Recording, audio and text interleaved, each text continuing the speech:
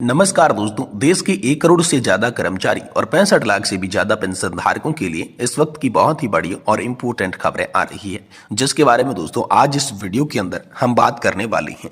जी हां दोस्तों, पहली बड़ी खबर की बात करें तो साल 2025 में कर्मचारी भविष्य निधि संगठन की पेंशन को लेकर 7,500 रुपए तक बढ़ने जा रही है। जानिए क्या है इसका असर और कैसे आप सभी को 7,500 प्लस डीए का फायदा देखने को मिल सकता है। पेंशन आपकी कब से बढ़ेगी, कितनी बढ़ेगी या फिर पेंशन बढ़ाने को लेकर आखिरकार कर्मचारी भविष्य निधि संगठन की ओर से क्या जवाब आया है, क्या ऑफिस मेमोरेंडम जारी किया गया है, इसके बारे में दोस्तों आज इस वीडियो के अंदर बात करेंगे। साथ ही दोस्तों हम बात करने वाले हैं कर्मचारी और पेंशनधारकों को जल्द मिलेगा एक और तोहफा, इतने फीसदी बढ़ेगा महंगाई भत्ता, एरियर का भी मिलेगा लाभ। जानिए आप सभी की सैलरी और पेंशन में कितनी बढ़ोतरी होने वाली है, तो किस तरीके से और कितना प्रतिशत महंगाई भत्ता आप सभी का बढ़ेगा और एरियर का लाभ किस तरीके से आपको देखने को मिलेगा, इसके बारे में बात करेंगे। और वहीं बात करेंगे पेंशन को लेकर अगली बड़ी खबर की, तो दोस्तों 7 तारीख से विधवा और दिव्यांग पेंशन में बड़े बदलाव होने जा रही हैं। जानिए कि आखिरकार आप सभी को इसमें क्या क्या नया देखने को मिलेगा, क्या क्या नए फायदे आप सभी को इसमें जुड़कर देखने को मिल जाएंगे। इन तीनों अपडेट्स की विस्तार से दोस्तों चर्चा करेंगे, इसीलिए आप सभी से निवेदन करते हैं कि आज की ये वीडियो आप सभी के लिए बेहद खास है, तो इसे आप लास्ट तक जरूर देखिएगा। और साथ ही हमारे चैनल पर नए हैं तो चैनल को भी सब्सक्राइब जरूर कर दीजिएगा। तो चलिए सबसे पहली बड़ी खबर की ओर चलते हैं। जानते हैं ईपीएस 95 पेंशन को लेकर आप सभी के लिए बड़ी खबर आई है। कर्मचारी भविष्य निधि संगठन की पेंशन 7,500 रुपए तक बढ़ने जा रही है। इससे असर क्या होगा, कैसे आपको फायदा मिलेगा, कितना आपको फायदा मिलेगा और कब से ये फायदा आप सभी को मिलना शुरू हो जाएगा, इसके बारे में चलिए संपूर्ण रूप से बात करते हैं। दोस्तों 2025 में ईपीएफओ पेंशन से संभावित वृद्धि की चर्चा ने करोड़ों पेंशन धारकों के बीच उम्मीद जगाई है। वर्तमान में ईपीएफओ पेंशन की न्यूनतम राशि 1,000 रुपए प्रति माह की है, जो कि महंगाई के इस दौर में काफी कम मानी जा रही है। पेंशनर्स और ट्रेड यूनियन ने सरकार से मांग की है कि इसे बढ़ाकर 7,500 रुपए प्रति माह किया जाए। इस वीडियो के अंदर हम इस पेंशन वृद्धि के पीछे कारणों, संभावित लाभ और चुनौतियों पर चर्चा करेंगे। ईपीएफओ पेंशन योजना उन लाखों कर्मचारियों के लिए एक महत्वपूर्ण वित्तीय सुरक्षा है जिन्होंने अपनी नौकरी के दौरान ईपीएफ में योगदान दिया है।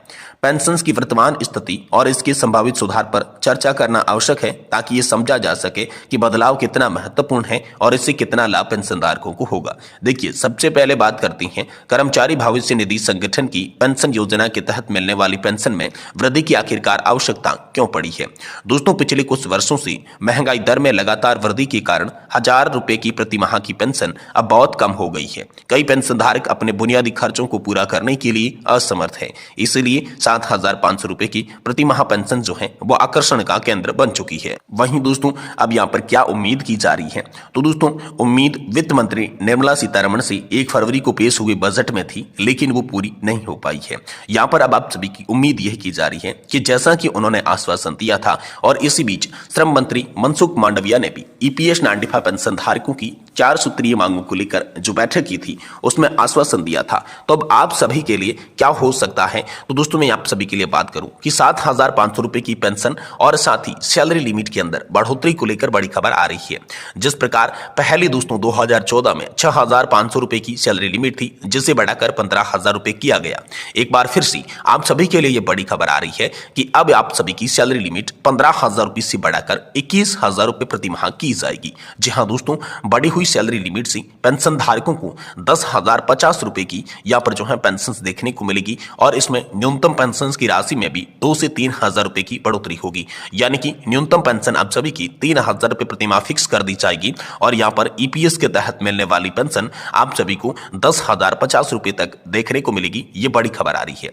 वहीं बात करें तो न्यूनतम पेंशन हाल फिलहाल में 1,000 रुपए थी, और न्यूनतम पेंशन की जो वृद्धि है वो प्रस्तावित है 7,500 रुपए प्रति माह की, और 36 लाख से भी अधिक पेंशन धारकों को अब इसका लाभ मिलेगा। और महंगाई भत्ता और साथ ही मुफ्त चिकित्सा सुविधा पेंशन की वृद्धि मांगों में मुख्य रूप से शामिल है। और सरकार ने इसमें आश्वासन क्या दिया, तो वित्त मंत्री ने मांगों की समीक्षा करने का आश्वासन दिया। और पेंशन धारकों की चिंताओं की बात करें तो वर्तमान स्थिति अपर्याप्त है।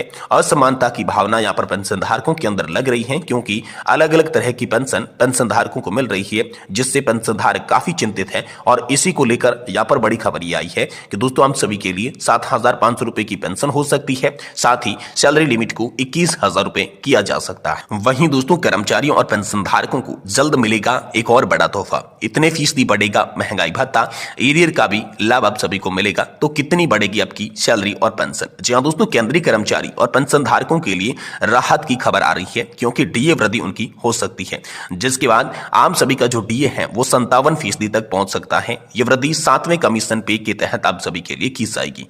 केंद्रीय कर्मचारी और पेंशन धारकों के लिए खुशखबरी है। 8वें वेतन आयोग के बाद अब कर्मचारियों को एक और सौगात मिलने का इंतजार था। ये इंतजार महंगाई भत्ते का है, क्योंकि जनवरी 2025 में एक बार फिर से महंगाई भत्ता और महंगाई राहत दरों की संशोधन होना है। दरअसल केंद्र सरकार द्वारा हर साल में 2 बार केंद्रीय कर्मचारी और पेंशन धारकों की महंगाई भत्ते और महंगाई राहत की दरों में संशोधन किया जाता है, जो कि अखिल भारतीय उपभोक्ता मूल्य सूचकांक इंडेक्स के 6 माही आंकड़ों पर निर्भर करता है। यह वृद्धि हर साल जनवरी जुलाई से की जाती है, जिसका ऐलान फरवरी मार्च और सितंबर अक्टूबर के आसपास होता है।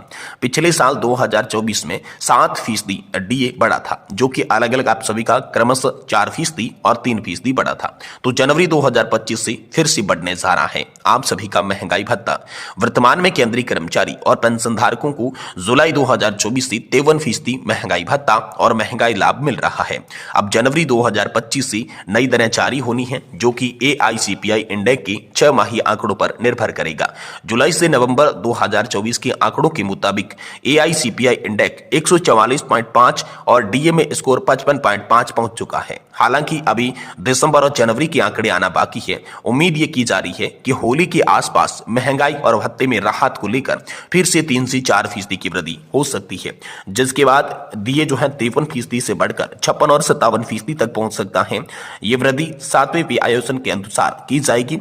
इससे 48 लाख केंद्रीय कर्मचारी और 69 लाख पेंशन भोगी जो है वो लाभान्वित होंगे। तो आखिरकार डीए कितना बढ़ेगा, सैलरी और पेंशन में इसका कितना असर देखने को मिलेगा, चलिए इसके बारे में बात करते हैं। दोस्तों, डीए और टीआर का फैसला कैलकुलेशन औद्योगिक श्रमिकों के लिए अखिल भारतीय उपभोक्ता मूल्य सूचकांक यानी कि APIW के द्वारा 12 महीनों के औसत पे हुई प्रतिशत के आधार पर किया जाता है। सरकार अमूमन हर साल 1 जनवरी और 1 जुलाई से इन भत्तों में संशोधन करती है। केंद्र सरकारी कर्मचारियों के लिए डीए ऐसा होता है। देखिए, कैलकुलेशन की बात करें तो एवरेज जो आप सभी के लिए AICPI इंडेक्स होता है, बेसिक ईयर 2001 से 100 और पिछले 12 महीनों के लिए दोस्तों आप सभी का ये माना जाएगा। पब्लिक सेक्टर के कर्मचारियों के लिए डीए की बात करें तो एवरेज जो AICPI इंडेक्स है उसमें बेसिक माना जाएगा और 3 महीनों के लिए ये आप सभी के लिए कैलकुलेट किया जाएगा। उदाहरण के तौर पर जिन कर्मचारियों की न्यूनतम सैलरी 18,000 रुपए है, उन्हें 3% डीए पर दोस्तों 540 रुपए और यहाँ पर 2,50,000 रुपए की अधिकतम सैलरी वालों के लिए 7,500 रुपए की बढ़ोतरी मिलेगी।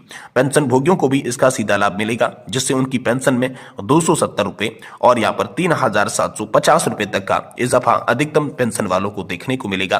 तो आम सभी का डीए बढ़ोतरी को लेकर एक बार फिर से बड़ी खबर आई है कि होली के आसपास अब आप सभी का डीए जो है वो बढ़ने वाला है और डीए बढ़ोतरी की जो दर बताई जा रही है वो आप सभी के लिए 3 से 4% की हो सकती है, जिसके बाद 7वें पे कमीशन के आधार पर मिलने वाला हाल फिलहाल में 53% डीए आप सभी के लिए बढ़कर 56 से 57% तक बढ़ सकता है। और इसका लाभ 69,000 पेंशनर्स के साथ साथ 48 लाख केंद्र सरकार के कर्मचारियों को भी देखने को मिलेगा, क्योंकि AICPI इंडेक्स ने ये आंकड़े जारी कर दी हैं, जिसके आधार पर सीधा इशारा डीए वृद्धि को लेकर निकलकर सामने आ चुका है।